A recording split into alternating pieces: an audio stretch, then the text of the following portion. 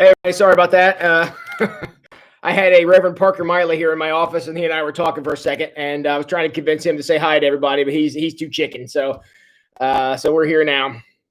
Parker was here. I was trying to convince him to get on and say hi to you guys. Maybe he'll come back. We'll see. So, hey, everybody, what in the heck is going on here? Let me give some shout outs tonight.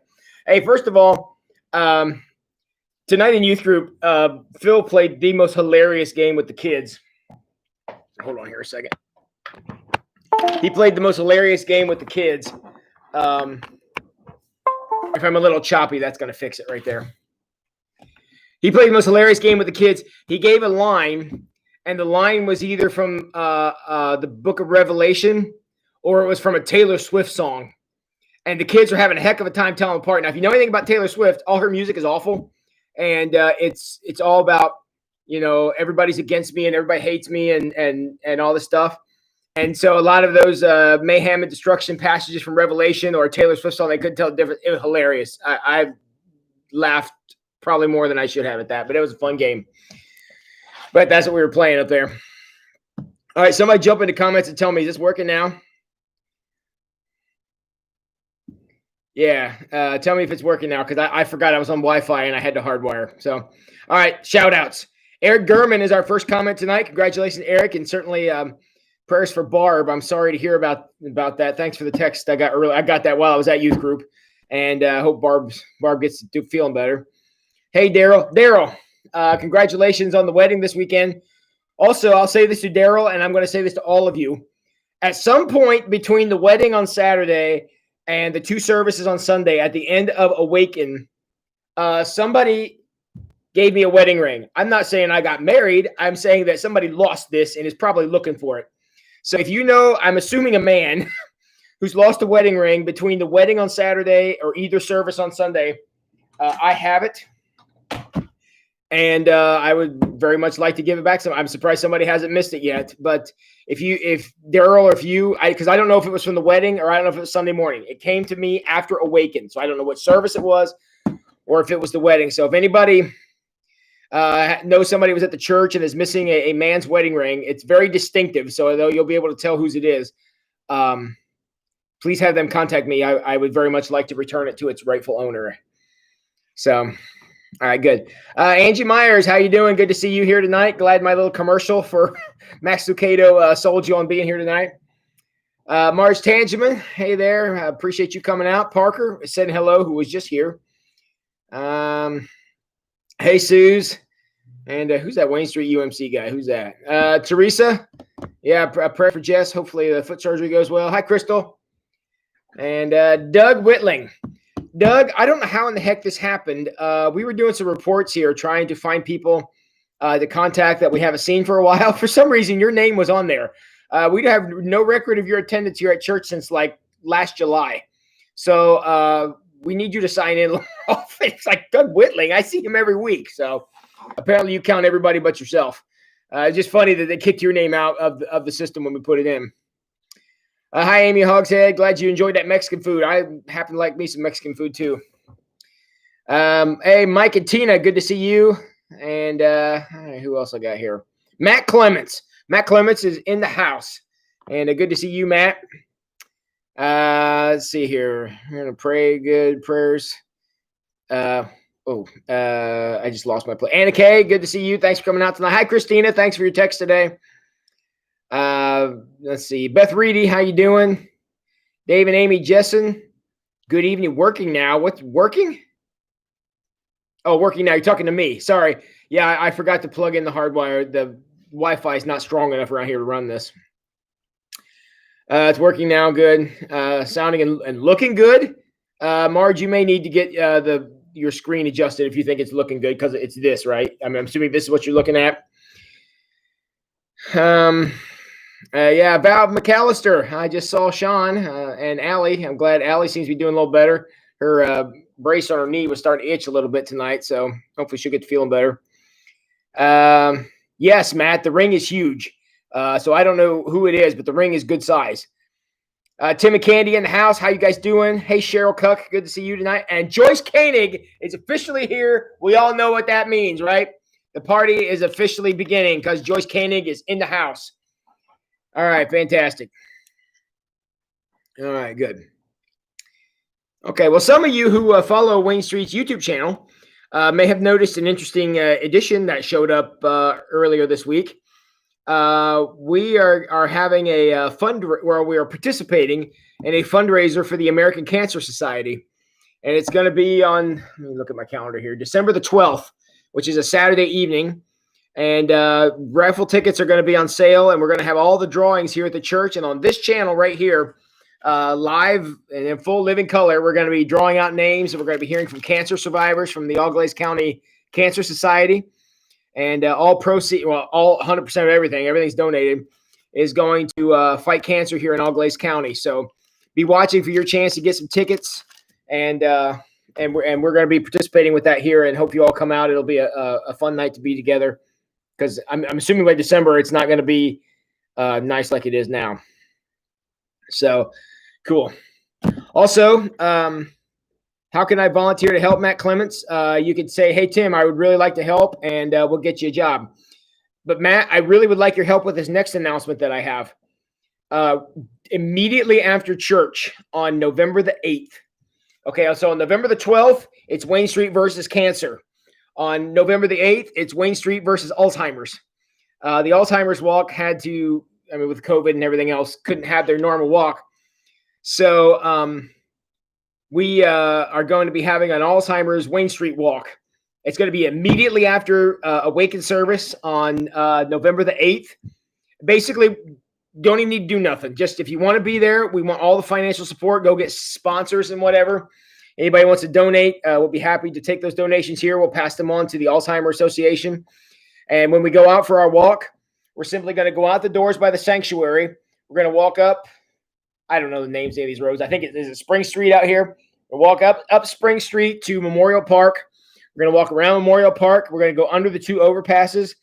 And then we're going to come up by the splash pad right there, back up to this road over here, which I think is High Street, and back to the church. That's the entire walk. We're walking. It's not a 5K. We will not be running. We're not going to try to set the world record. You can walk, ride, run, ride on Matt Clements' back. I don't care. Whatever you want to do.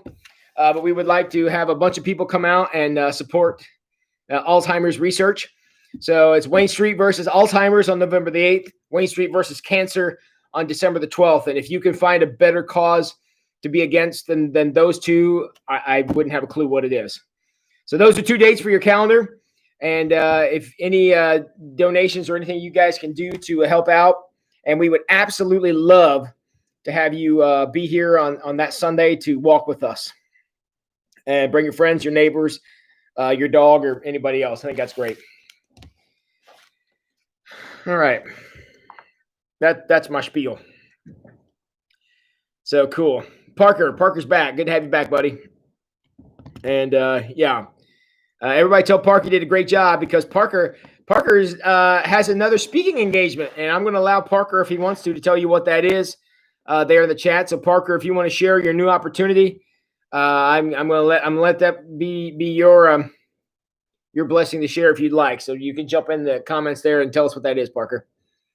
But you're going to get a chance to hear Parker again in the very near future. So not here at Wayne Street. We're going bigger than Wayne Street. So I'll let him share that with you.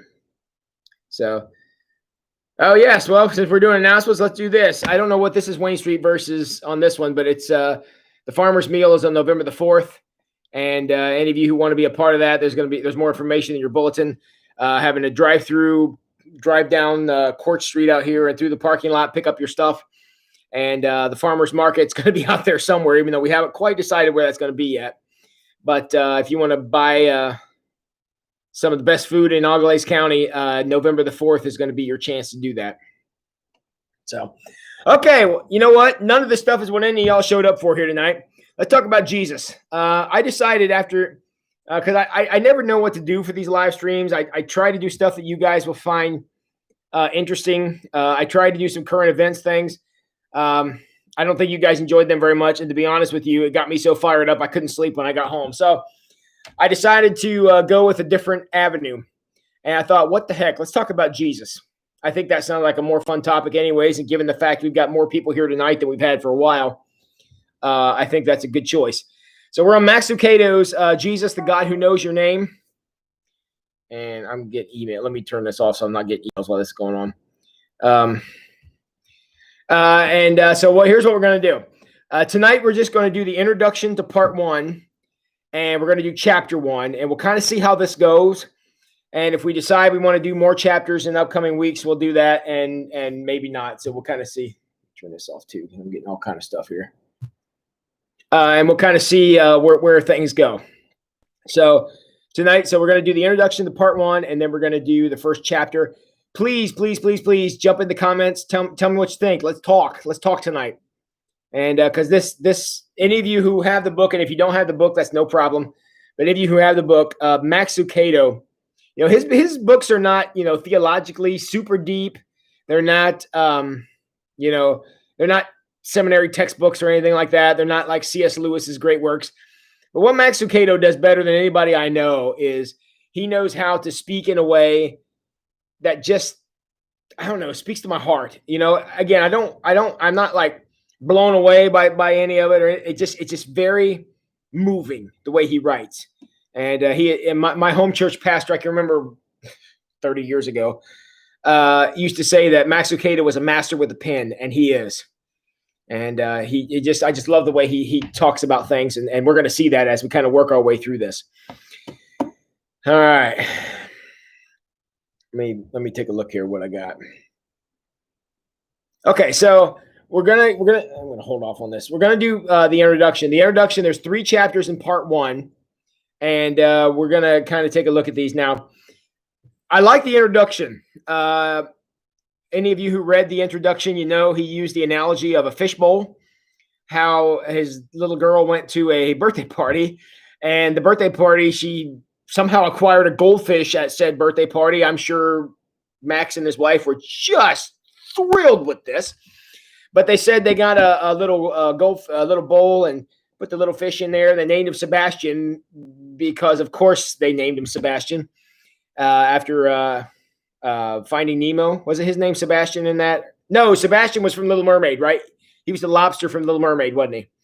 So they named him Sebastian, and got the little bowl, and they set him on the counter, and the little fish would swim around, or he would go sleep in the thing and all this stuff. And it was really fun to have him there at first. And then they got bored with him. I mean, they still threw in the fish food and whatever. But the first thing I want to do is I'm on page 3 of the introduction. I'm in the paragraph, if you're following along, I'm in the paragraph that starts with, the Jesus of many people is small enough to be contained in an aquarium that fits on the cabinet. All right, let me read this again. I'm going to ask you to jump in the comments and talk about this sentence. The Jesus of many people is small enough to be contained in an aquarium that fits on the cabinet.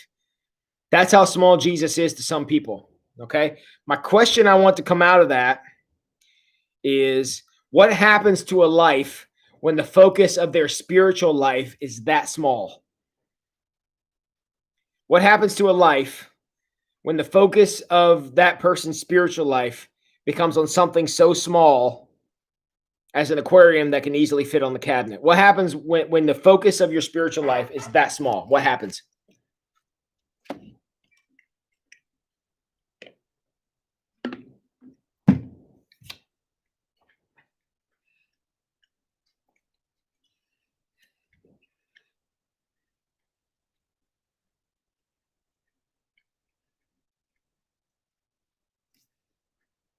Okay. Teresa, or hang on here. Teresa says your life ceases to thrive. I think that's fairly obvious. Matt says same as a fish. It isn't fed, it dies. True. Joy says you don't grow. That's right, because the aquarium doesn't change size. Sue says too many other distractions. Eric says faith not growing. Yeah, it's stagnant. I think you guys are kind of right there. Christina says probably doesn't have much faith. Val McAllister says no growth, very little. Exactly. Okay. So your faith is in something that small, and it's contained in such a small place, and it's so focused, and get this, so controlled Yeah, that's right. It's hard to grow there because you can completely control everything about that fish. You can put them in a bigger tank, put them in a smaller tank, feed them, not feed them. That fish is entirely at your mercy. And when you're the focus of your spiritual life is like that, it's hard to go anywhere with it. And Matt Clemens says lukewarm. Lukewarm is actually would be the best case scenario under this scenario, because at least there's something there. I think a lot of people, who like Jesus, like Batman right here on my wall, they like that kind of Jesus that just hangs there and kind of stays off to the side. Where that's not really how it works, and we're about to find out about that in a big way.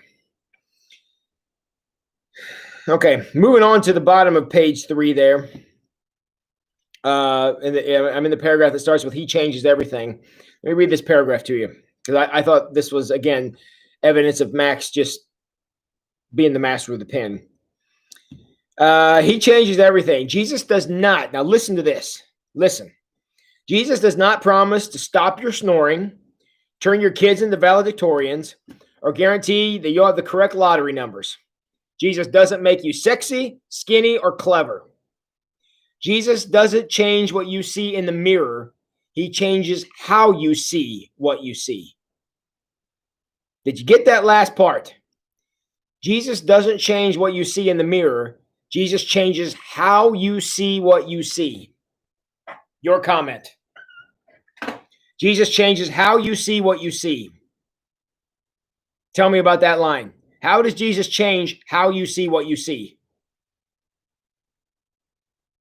What does Jesus do to make what you see look different, seem different, jump at you different? What's that transformation look like? Christina says he changes your heart. Okay, so your perspective may change with the change of heart.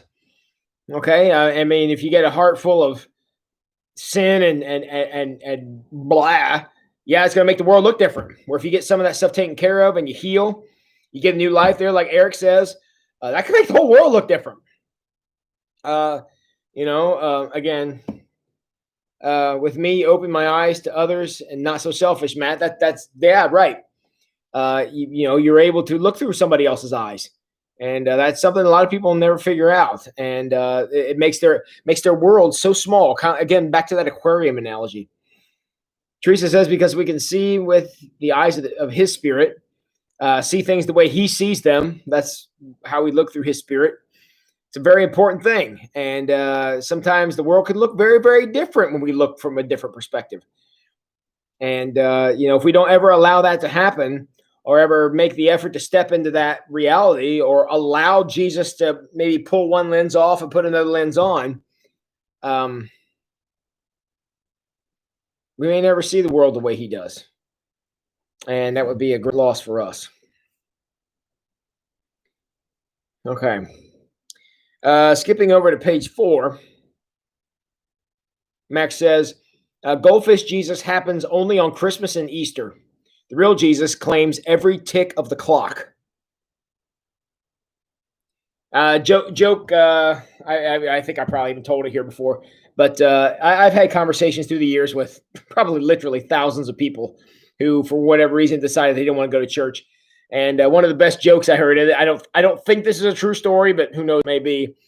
But a guy said, I quit going to church because every time I went, they sang the same 2 songs. It was either Silent Night or Christ the Lord is Risen Today. Like, so try going not on Christmas and Easter and see what you think of it. But that's, a lot of people do that, though. Now, this year didn't work out that way, and that we had to cancel services last Christmas Eve because of the weather. It got real foggy, if you'll remember. And then last year, because of COVID, we had no services on Easter. So we had no Christmas Eve services. We had no Easter Sunday services because that's just how we rock out the world here at Wayne Street United Methodist Church. So we'll I guess we're trying something new here at Wayne Street. We cancel church on Amateur Sunday. So, but I think the point obviously is still there.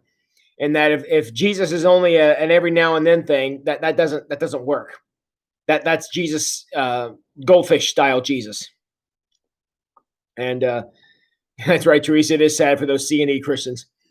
And that's something we want to watch out for, because when we try to get Jesus to be that small, then you got to ask yourself, well, what is it? What is a God that small even going to do about anything? And that's too bad. Amateur Sunday. I haven't used that here before, Matt. But I say that I've said that before. Maybe I haven't said it here, but yeah, I always call it Amateur Sunday because it's Sunday nobody knows what to do. And all right, guys. Any other comments on the introduction? If not, we're going to jump into chapter 1.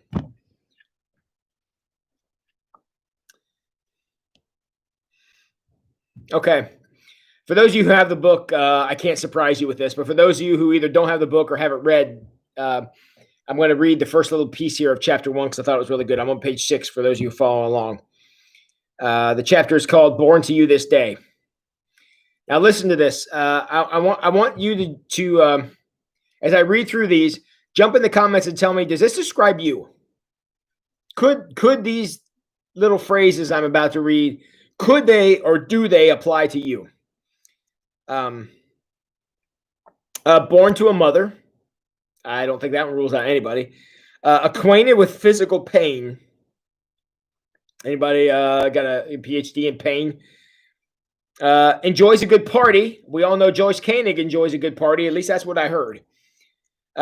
Rejected by friends. That's an unfortunate experience we've all been a part of. Unfairly accused.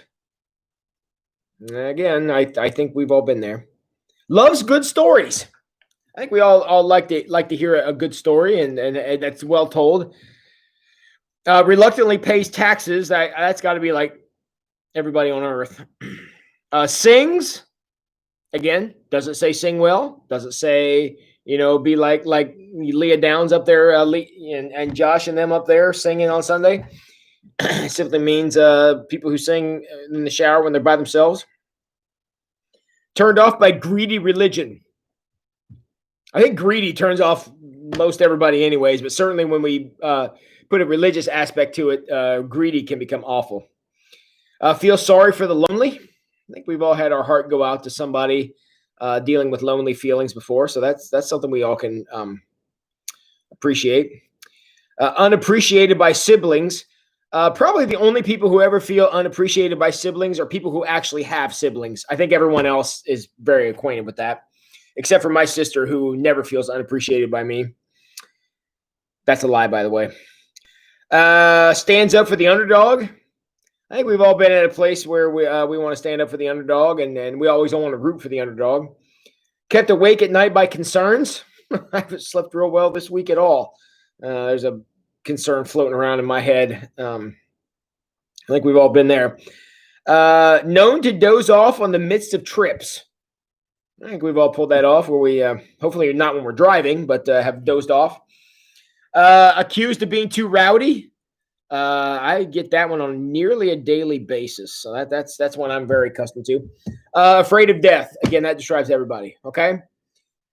These are pretty universal, but I think y'all know where I'm going with this. The very next line Max says is, who am I describing? Jesus or you?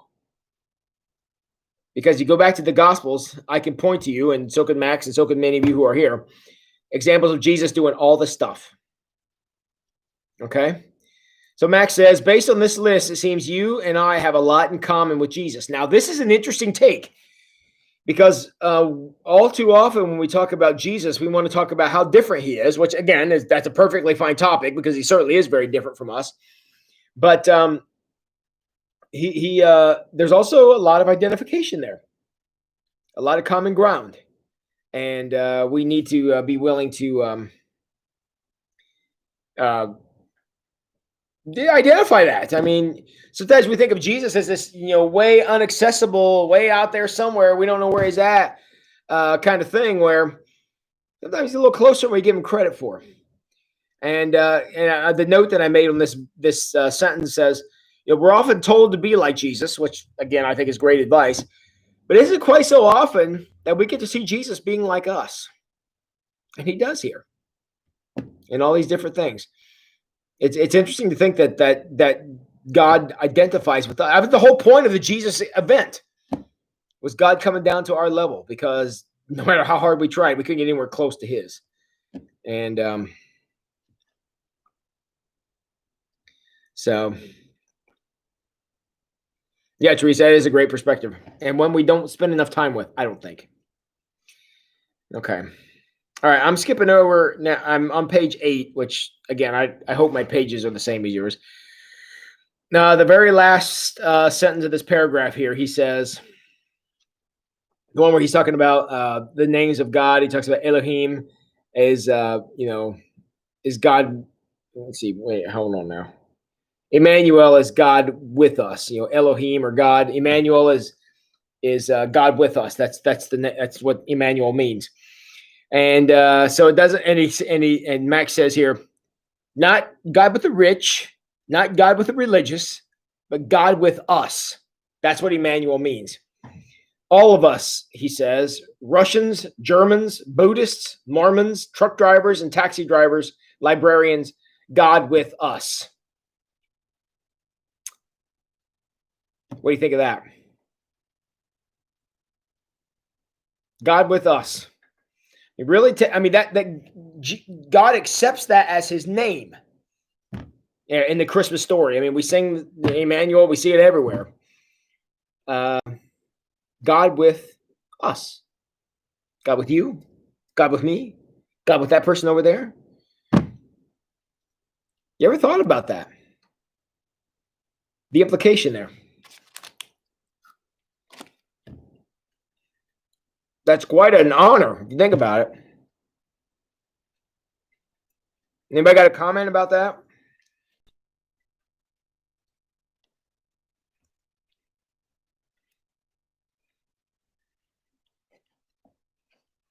Matt says, relate and identify with Jesus on our level, which again is not normally how that conversation goes. A lot of times it's about, God is powerful and God is big, which again are relevant messages. But not often do we think about that Emmanuel message. God with us. It really puts a whole different spin on the Christmas story. I've been working with the Christmas story here a little bit. I'm writing a devotional for Advent this year. And I've been going over some of the Christmas passages from the Gospels, and it really the Christmas story really makes you think, if you get right down to it, about how amazing the whole thing is, about God stepping out, stepping down, stepping into our situation. It's really quite an experience. It's really quite an act that God would think so much of it. Matt says, relate and identify with Jesus on our level, which is very important. Matt, that's very good. That makes me feel bad about how I sometimes treat others, because God is also with them. And we like, God with us, not so crazy about God with them, especially if I don't like them much. That can get to be a little tough. And closer than a brother. Yeah, there's some scripture, Teresa, that I don't know what it is off the top of my head, but there is some scripture that mentions that. But sometimes we think about God as the big out there somewhere, and we kind of miss the Emmanuel part of that. He's not discriminating, as identifying, like it says, with each of us, not based on religion, color, ethnicity. That's true, Annika. If God is truly with us, and Emmanuel is God's name to all, now people could turn down that or turn in a different path. He mentions that a little bit later, but that doesn't change God's name, doesn't change God's desire, which is a very fascinating and very world-changing perspective to take, for sure.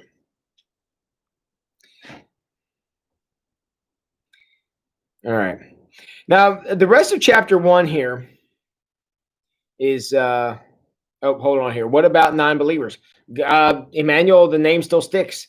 God's name doesn't change depending on who he's talking to. So he is with non-believers. Now, whether or not that means anything depends on the believers, I'm sorry, depends on the people. Because if they don't want that to mean anything, it's irrelevant. Let me see if I can think of an example here. Okay, here's one. I have one social media account. I have an Instagram page that I almost never do anything with. I don't have a Facebook page. I deleted my Twitter account. I've got the YouTube channel, belongs to the church. I social media, I think, is the devil, really. But back when I used to have one of those, there's a lot of times I'd read people from my church posting things, and I just wanted to write, your pastor follows you on this platform and reads this crap that you put on there. And there were so many times I was tempted to do that. I'm like, do you even know what all these words mean in this thing? Because there's a few of them here I don't know what they mean. And but I never did that. But the fact that their pastor was following them on Facebook ended up not meaning anything, because they still posted some stuff on there that even made me blush. It didn't change anything. The fact that I was there didn't mean anything, didn't change anything. And I'm like, that's why I'm getting off of this thing. And I deleted my Facebook page probably 10 years ago, and I haven't regretted it a single day since. So I learned that I don't care. I'll just be honest with you. I don't care what everyone's doing. You do you. I certainly would like to have influence on you, but I found that being on Facebook didn't give me any more influence than a lot of other things I could do. But it didn't mean anything. The fact that, I was there reading all this stuff and seeing all this stuff and all the pictures and all this didn't mean anything. Now, there are some people on there who probably didn't post things because they're like, oh, man, Pastor Tim follows me on this. So it meant something. I say the same thing about God. If you don't allow it to mean anything, if it doesn't change your behavior, doesn't change what you think, doesn't change what you do, doesn't change how you live, Emmanuel means nothing. And I'm still answering Matt's question from a while back there, but it doesn't mean, if it doesn't do anything, it doesn't mean anything. So is it still true? Sure, it's true. God is with non-believers, but apparently it doesn't mean anything because they don't make it mean something. I don't know if that analogy even made any sense, but that's kind of how I was thinking about it. Christina said, hard to feel truly lonely when you know he's always with you. That's kind of the point. And that's excellent that you said that, because that is what it means, is that we're not alone, which, pick your song out there. There's a lot of music out there that talks about that. But this world could be a lonely, lonely place. And that's why God said, one of my names is Emmanuel. I'm there. And don't forget that. Hey, Jan, glad you're off work and glad you're here to join us. Appreciate you coming out. We're taking a look at the book if you've got it. If not, don't worry about it. So, all right, okay. Now, so what Max goes on to talk about here is he goes on to talk about, I'm having a brain shut. Gabriel. He's talking about Gabriel. So, about how Gabriel was given a task. Now, understand, and Max, I think, does an absolutely beautiful job of this, where Gabriel has been a part of some of the greatest, wars and destruction and mayhem and wonderful things and all this stuff. He's been around and seen it all, heard it all, done it all. Just this great, experienced warrior in God's army, captain of the guard, just a really great guy. So God says, Gabriel, I got a message. Gabriel's like, you're sending the right guy, God. So what do you got? So he talks about how, so God hands, here, I got it right here. God hands Gabriel, all right, I want you to deliver this message. So Gabriel takes it. And he's like, got it. God is going to become human. Really? That's what we're going to do here? We're going to be human? So, so maybe he'll be like human, but like superhuman. And just go and be like Chuck Norris or something, just be awesome and conquering. And God's like, okay, hang on, a little more of this message. Here's the second part. Gabriel's like, baby, like pooping his pants, baby, like screaming and yelling and unable to feed himself, baby, like colicky up all night, baby.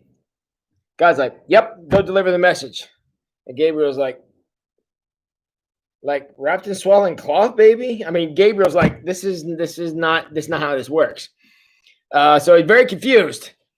And so Max says, so Gabriel kind of had this idea, and I'm on page 9. He says, that's surely what he expected. He expected conquering warrior. But what Gabriel never expected, however, is what he got. A slip of paper with a Nazarene address. God will become a baby, it read. Tell the mother to name the child Jesus and tell her not to be afraid. You ever thought about this from Gabriel's perspective? That's the option. That's the question I wrote on this. Have you ever thought of how this might have sounded to Gabriel? Where Gabriel was like, "Are you serious with this? God, son is baby? What?" And God was pretty serious about it. Obviously pretty serious about this one. So I never thought about it from Gabriel's perspective, but he must have, like, I really need to confirm this message before I got to make sure I heard this right. And then to make matters worse, you're going to name the baby Jesus, huh? Jesus. Now, today, the name Jesus has incredible meaning to us, obviously. In that day and age, Jesus was a very common name, like Tim. Like everybody knows, like 15 people named Tim. So it wasn't a big deal name. There wasn't nothing remarkable about it. Wasn't nothing special about it. It's a very common everyday name. And that's what God said the name of his child is going to be. And Gabriel was like, Jesus. That's the name we're going with here, Jesus. Okay. You ever thought about that way? Somebody jump in the comments, talk to me. Everybody ever thought about how insane this must have sounded when God was trying to explain this to Gabriel? Because Gabriel was the one who was tasked with going to tell Mary what was going to happen. You got to imagine that Gabriel was like, are we sure about Somebody jump in here. Talk to me. Anybody ever thought about how crazy this must have sounded to big Archangel Gabriel? And, Beth Reedy's got a comment here I missed. Lonely place, especially through COVID. Yes, God with us. Even through COVID shutdown and nightmare that we've been in now for 15 days to slow the spread for 6 months. So, am I still online? Nobody's commenting. Did I say comment? Comment on that. Comment on somebody say something about this conversation with Gabriel. This had to sound crazy. It had to sound crazy. And because Gabriel was like, why would you want to be one of them? Look at what you do. Look at what you created. Look at all this stuff around here. And you want to go be one of them? Why? Why would you do that? I don't know. Maybe Gabriel never understood. I have no idea. But yeah, totally putting Jesus on our level, Teresa. That's for sure. Yeah, now see, Anna Kay, I agree with that. Many people have thought about it from the women's perspective because obviously we understand that. Well, I don't understand that, but many ladies out there understand that about where that came from, and I totally get that, and that's a perspective that we can understand with some explanation. It's harder for us to see it from angels' perspective, in that, contrary to popular belief, we're not angels. But the idea is how crazy this must have sounded. You know, I mean, think about it. I mean, what if I went to the BLT? I went to the BLT. You know, we had a meeting just Monday night. Suppose I went to the BLT and said, hey, I made a decision. I'm going to, this Sunday, instead of being the pastor of Wayne Street, I'm going to go down and be one of the babies in the nursery and have Kendra take care of me down there. Right? What are y'all going to do? We're going to call it the paddy wagon and put me in one of those shirts where my hands don't come out of the sleeves and drag me away, right? Because people are crazy. Why would I want to step down to that? I'm a full-grown man. Why would I want to do that? Makes no sense. And yet, I mean, and the step that Jesus took is like 10,000 miles farther than that. And he did that so that he could truly take on the name Emmanuel. What a statement. Holy cow, what a statement. And it's I mean, I can't hardly get my brain around it, to be honest with you. Christina says, I can imagine it was confusing. A lot of the time we can't make sense of the path God chooses. I will say a big amen to that, because sometimes God's ways don't make sense to us because of how limited our brains are. But he must have felt like I do sometimes. God, why would you do that? I do it this way. But I guess if it's really what you want, I guess I'll do it. Yeah. But I'm pretty sure Gabriel was like, I don't really want to go talk to this girl until I'm sure. Because I feel like I'm still missing something here. Ann says, never thought about it through Gabriel's eyes. Again, I hadn't either. I thought this was a very interesting perspective that he was talking about here, and just how crazy this whole thing must have sounded. So,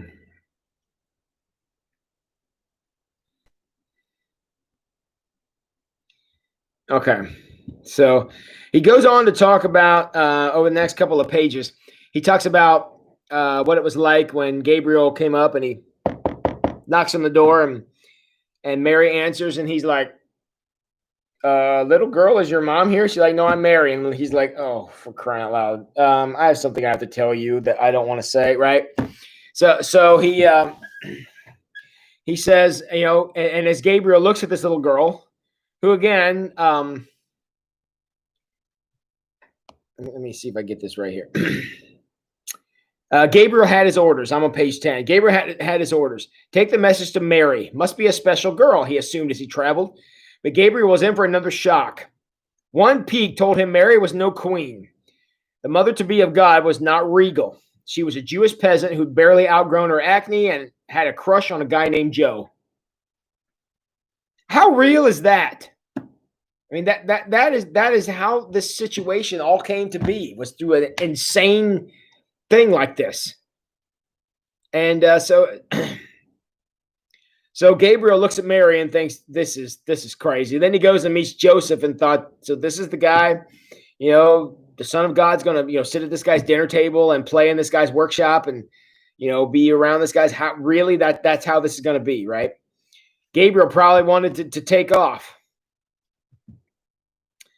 So the Christmas story, as much as we celebrate, and should, I mean, it is the greatest thing, is the Christmas story. It is such a blessing. We wouldn't have the whole concept of Emmanuel without the Christmas story. So that, again, it's a great story. But when you really get down to think about what that story is telling us, that this is how the Savior of the world arrived, you don't let your familiarity with the story, don't let your comfort with the story, don't let your love of the story, which again, you should have all those things, but don't let that rob you of the shocking value of this story. The Christmas story is maybe the greatest story ever told. It's also the craziest. And so Gabriel had to go through it. Another example I wrote down here. Think about it like this. What if the president of the United States told the Secret Service that he wanted to live in an apartment and work at McDonald's? It's essentially what we got here. That's essentially what we got. And I'm sure the Secret Service would be like, no, that's not going to happen. That's not going to happen. So it's just very interesting to think about, how big of a step this story ended up being. So Matt says, Gabriel has his orders. I wish I got direct orders from God. That would take out the guesswork. Yes, that may be true. Maybe not. But you got to realize that just because Gabriel may have gotten specific instructions, Gabriel is still going, are you sure? I mean, Gabriel, according to, and I know this is kind of fictional, but even Gabriel's going, what?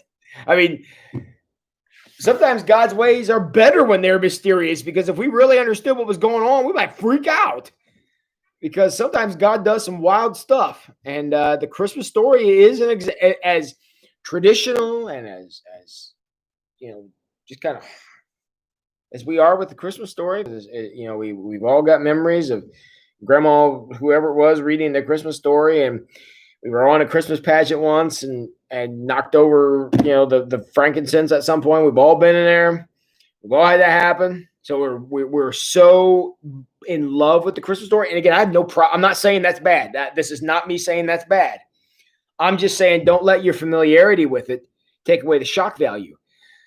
So even though Gabriel would have had direct orders, and yes, that would have taken the guesswork out, the mystery sometimes makes God's orders a little more palatable, a little less insane sounding. Because again, even though God was clear, this is a crazy thing he's asking Gabriel to go and talk about. And yeah, the Christmas story is like Undercover Boss, Matt. I had not thought of it that. Taken 40 minutes here, just about, to talk about the Christmas story from a bizarre perspective that at least I had never thought of before. Why is the story of Jesus in the way that we know it and love it today? Why is it beginning with a story of a great descent, a great stepping down? Why is that the only way it would work? Why is that the only way it would work? That God had to step down into our situation. Why is that the only way it would work?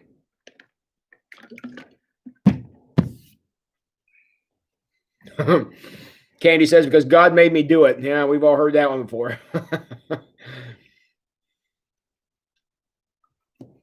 Why is the only way the Jesus story works is if it begins with a story of a great descent?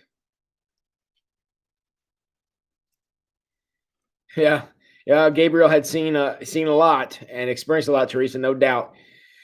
He knew how rough a situation it was. He also knew how badly they treated the prophets and people who spoke on God's behalf in the past. There's no question about that. And Gabriel was probably thinking, why would you want to put your son into that situation? That's I'm sure that was one of the questions. So, why is the gospel story of Jesus Christ? Why does it have to start with a story of great descent? Why is that where it has to start? How does the story fail if it doesn't start there? Angie says to reach us on our level. Well, that's right. I mean, God is not on our level. You want to know how far from our level God is? Just open your Bible to a random page in the Old Testament and read it, and you'll find out how far below God we are. And in order for God to be Emmanuel, for God to be the God who's with us, trying to drag us across the finish line was not going to work. The good Lord had to step into our situation, and that's what the Christmas story is. Outside of that, outside of God doing the stepping through his son, Jesus Christ, there would be no Emmanuel. The Emmanuel part of the story would not work. And yeah, I mean, obviously, without Christmas, you don't have Easter, and there's no redemption, Teresa. That's true. But the idea is the story had to begin with a divine rescue mission, which is what the story of Jesus Christ is. And again, you can't rescue somebody from afar. So that's why the gospel had to begin with a story of great descent. Because without that great descent, there'd be no story to have.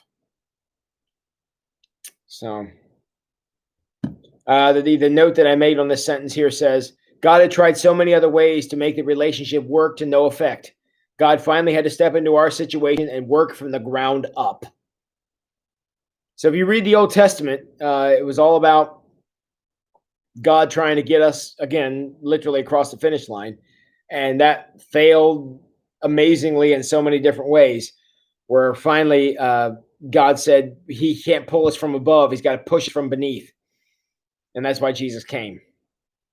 Entered into our situation so that he could come to our level and draw us toward God. It literally could not work any other way. And it literally did not work in any other way, regardless of how often God tried. We got close a couple times. There was a few times it almost worked for a very short amount of time. But in order to fix the whole system, it was too broken. And it was too damaged. So the only way it was going to work is God had to come to us. God had to be Emmanuel. God had to be with us. Because no matter what we tried, no other way would work. So, all right, gosh, we got a little bit of time here. Comments? You guys enjoying this? Did you enjoy the discussion tonight? You enjoying the book? Somebody jump on here and talk to me.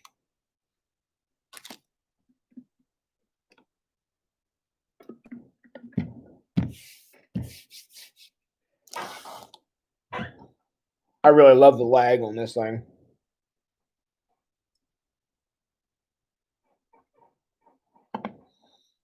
Did you enjoy the discussion tonight? You guys enjoying this?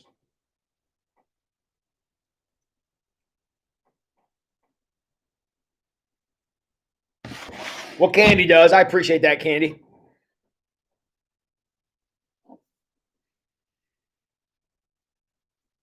Yeah, Gabriel's view, Eric. I agree. Gabriel's view was pretty cool. Again, it's always interesting to read these Bible stories from a different perspective, and certainly thinking about the Christmas story from Gabriel's perspective is one I'd never considered before.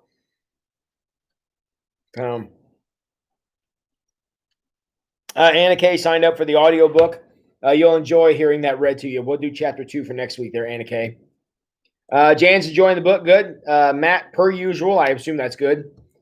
Haven't gotten the book, but love the discussion, Teresa. Well, you're more than welcome. Hi, Cynthia. Glad to have you here. It's okay that you're late. Appreciate you coming out. And you can go back and watch this live stream after I turn it off. So you can come back and see that. Ange enjoying it. Love discussion. Good. And Jan, great discussion. Good deal. Well, next week, and because I'm such a genius, I close my book here. Next week, we're going to go on to chapter 2, which is going to be No Ordinary Night on that there silent night.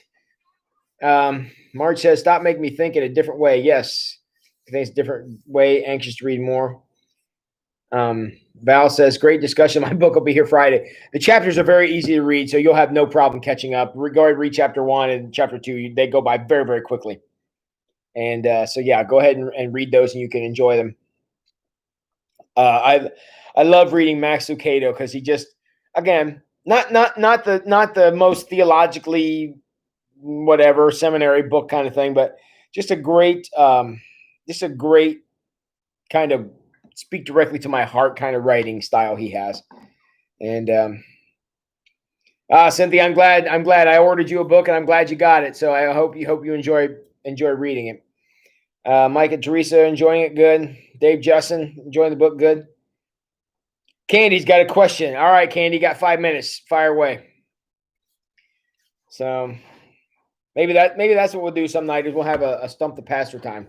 Everybody type a question in here and see if I can answer it in 5 minutes because we're just going to make this happen. I don't know. My cousin is coming home from the hospital. Oh, you're welcome. Hope that's good. How is that book, Joyce? Never Alone. I've not read that one. I'm curious what you think of that one, because we'll be looking for a book to do after this one. All right, and I think about it tonight. We could talk about this again next week, whether we think one chapter is enough, because these chapters do go by very quickly, and there are 22 of them, so we could be on this for a long, long time. Yeah, I bet so, Val. This would be a great audiobook to listen to. I couldn't agree more. Yeah. Joyce only read one chapter. Well, I'll be interested to hear what you think of it. So, because I love any of you who know Max Lucado know all his books are great. And if this is the first one you read and you're reading it because of this study, that makes me feel good because he's a great writer. And Amy Hogshead said, very interesting. Oh, good. Glad to have you there in the front row as usual, Amy. So at the funeral for RBG today, the rabbi said that she would be with God, but I thought that Jews went to Sheol. That's an interesting question. RBG is being turned into a saint. Apparently, I did not know that, but that's she's the way Sheol works in the Orthodox Jewish faith is Sheol is the place where you go to have your sins sort of burned off. So you enter into this place, and it's kind of a refining time and a cleansing time before you actually enter into God's kingdom. And so I think if the rabbi said, again, I didn't watch the service, but if the rabbi said that, my assumption is that the rabbi meant that she's heading toward God, and to journey through Sheol until RBG gets there. RBG stands for Ruth Bader Ginsburg. For those of you who don't know, the Supreme Court justice who passed away, the feminist icon and a great defender of abortion and different things like that. So I don't really want to get into debate whether she's going to meet God or not, but I find following the Lord and some of her viewpoints to be mildly not compatible, but I'll just leave that there. So anybody else got a question? I got 2 minutes left. I could chuck off a quick one if you got one.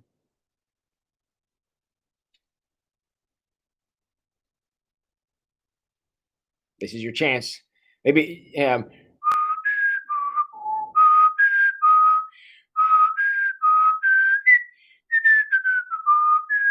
Well, again, I don't know how the Jews look at Sheol, Candy, but that's not a forever thing. That's sort of a holding area. I'm not sure how to say that. Um, but yeah, I don't know that that's a forever thing. Again, I'm not terribly familiar with Sheol because Jesus didn't ever teach about it, and in Christianity, we don't have that doctrine anymore, contrary to what some people seem to think, because we believe our sin was eradicated at the cross, and the Sheol would serve no purpose for a Christian. So I'm not terribly familiar with that. Matt Dyer, you be careful about my whistling, pal. I don't care if you are a state highway patrolman. I'll still bust you up. So, yeah, Tim Dickey, kind of like Limbo. Yeah, the in-between place, Candy. And Cynthia, I plan to keep up with the book, and I hope you all enjoyed it. And explain Gabriel and who he was. He is the archangel. He is the captain of the guard of the heavenly army forces. Not sure you want to say there. And he is a very big shot in the heavenly court. So he's one of the good guys. What book next? Cynthia, we're going to be on this book for a while, so we're not going to worry about that yet. There'll be a book next, but we are a ways away from that. I'm happy to take suggestions, but we're only on chapter 1 of a 22-chapter book, so I think we're going to be okay for a while. But we'll talk about another book once we get that far. So, all right. All right, guys. Anybody else got anything for the good of the order here tonight? I really appreciate you all coming out. Matt Dyer, I'm glad that you're here, buddy. I had a few minutes at home before I came back here. I want you to know that I fired up Final Fight and punched a bunch of guys in the face before I came down here. It made me really happy. Marge Tansman said, you said you weren't talented? Really, I whistled the Jeopardy song and y'all are thinking I'm great talented? I must really be missing something here. Yeah, good night to you, Ange. So, all right, guys. Hey, you guys honor me with your presence. I really, really appreciate you guys coming out and enjoying this conversation. Christina, you have a great night yourself. And appreciate seeing you all. Well, having you see me, I guess, is more accurate. Thanks, Eric. I'm glad to have you guys back. Hope to see you next week. So we'll look at chapter 2 next week, and then not 2 weeks in, we'll have a lot more discussion about this. Matt says Gabriel didn't get that position by questioning God. Do you think? No, he absolutely did not. My whole overstating this tonight was about showing you just how crazy this would have sounded to Gabriel. I'm not saying he didn't do it. We know that he did. The Gospels tell us that he did. So he certainly did do it. But you got to think in the back of his mind, he was wondering just what the heck was going on, because this is quite a task he was given. So, all right. Yep. Thank you, Dave. Good night to you. Amy says, give us a big thumbs up. Appreciate those thumbs up, guys. That keeps YouTube finding us when they search. Marge, have a great evening. It was good to see you driving by in your car the other day. And Teresa, you're a blessing to me, and I appreciate it. All right, guys. Y'all know what you need to go do now, man. Go wash them hands. Have a great night.